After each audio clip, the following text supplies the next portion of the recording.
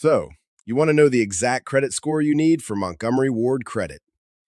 You've probably been searching for that one magic number. While some people might throw a number out there, the truth is you're asking the wrong question.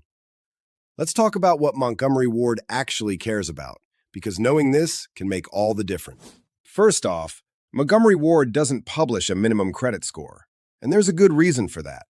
They're known for giving people a shot who might not get approved for other credit cards. Their credit is extended directly to you, so they don't have to deal with a third-party bank and can be more flexible. So instead of getting hung up on a 3-digit score, let's zero in on what they really review when you apply. The number one thing on their checklist is your payment history.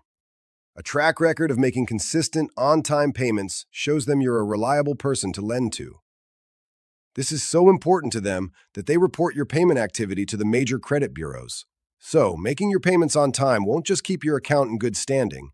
It can actually help build up your credit history. Second, they do look for a stable income. This doesn't mean you have to be rolling in cash, but you do need to show that you have money coming in consistently to handle the monthly payments. Instead of guessing where you stand, take action where it really matters. Check your real credit score, the one lenders actually use, and carefully review your credit report for any costly errors. The best part is, you can access all of this for almost free for 7 days.